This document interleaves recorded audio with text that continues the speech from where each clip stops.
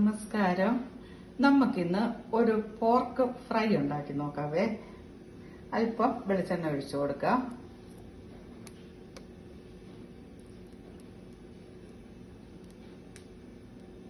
ഇത്ര മതിയാവും.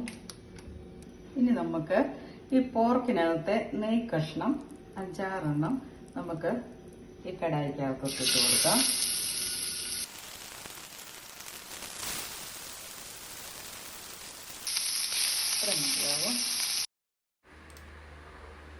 ഈ നെയ് കഷ്ണങ്ങൾ നമുക്ക് ചെറിയ തീയിലിട്ട് ഉരുക്കിയെടുക്കാം. അപ്പോൾ അതിൻ്റെ നെയ്യെല്ലാം ഇറങ്ങി വരും. കടുകിട്ട് പൊട്ടിയിട്ടുണ്ട്. ഇനി നമുക്ക് ഇതിനാവശ്യമായ മസാലകൾ തയ്യാറാക്കാം. 1 table spoon Kashmiri chilli, 2 table spoon മല്ലിപ്പൊടി,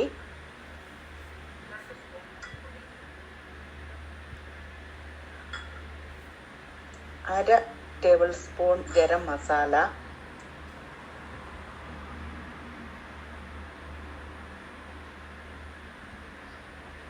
1/4 ടേബിൾ സ്പൂൺ മഞ്ഞൾപ്പൊടി. ഇവ ചേർത്ത് നല്ലതുപോലെ മൂപ്പിക്കാം.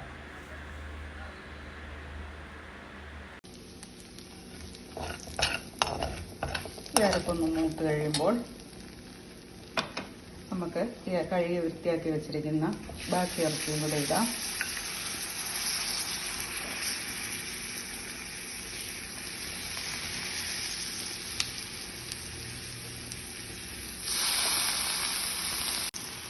ആവശ്യത്തിന് ഉപ്പ് കൂടി ചേർക്കാം.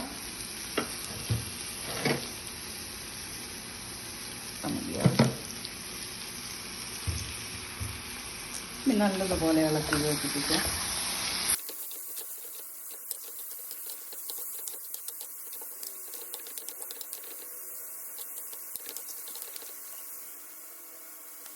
കരിയാപ്പലം ചേർത്ത് കൊടുക്കാം.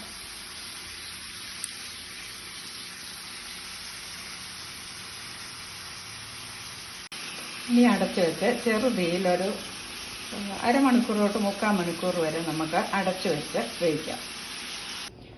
ഇടയ്ക്ക് നമുക്ക് അടപ്പെടുത്ത് ഒന്ന് ഇളക്കി കൊടുക്കാം. നമ്മൾ വെള്ളം അല്പം പോലും ചേർത്തിട്ടില്ല. ഇതിൻ്റെ ഈ നെയ്ക്കകത്ത് കിടന്ന് വേകണം. എന്നാലേ നമുക്ക് യഥാർത്ഥ പോർക്ക് ഫ്രൈയുടെ ടേസ്റ്റ് കിട്ടുള്ളൂ. ഇനി അടച്ചു വെച്ച് നമുക്കൊരു കുറച്ച് സമയം കൂടെ വേവിക്കാം.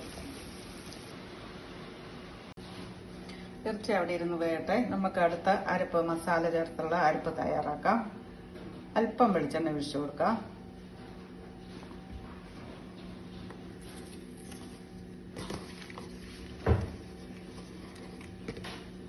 ശകലം തേങ്ങാക്കൊത്ത് ഇട്ട് കൊടുക്കും. തേങ്ങാക്കൊത്തൊന്ന് മൂത്ത് വരട്ടെ. തേങ്ങാക്കൊത്ത് ഏതാണ്ട് ഒരു ബ്രൗൺ നിറമായി. ഇനി നമുക്ക് ഇഞ്ചി വെളുത്തുള്ളി പേസ്റ്റ് ഇടാം.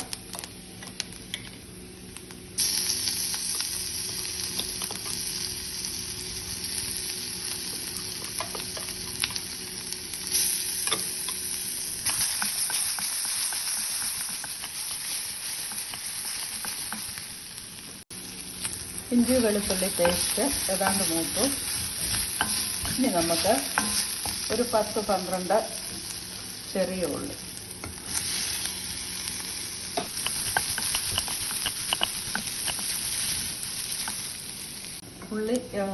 ഒരുമാതിരി നല്ലപോലെ ഗോൾഡൻ കളറായിട്ടുണ്ട്.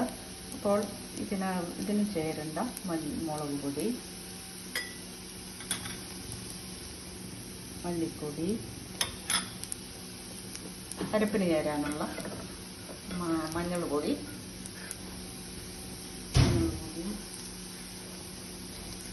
ഗരം മസാല. നമുക്കൊന്ന് അല്പം കുരുമുളക് പൊടിയും ചേർക്കാം.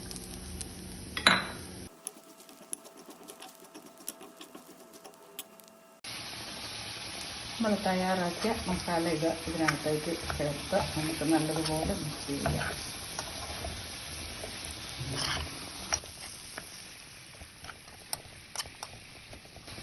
ഈ അരപ്പെല്ലാം പിടിക്കാൻ ഒരു 10 മിനിറ്റ് നേരം അടച്ചു വെക്കാം.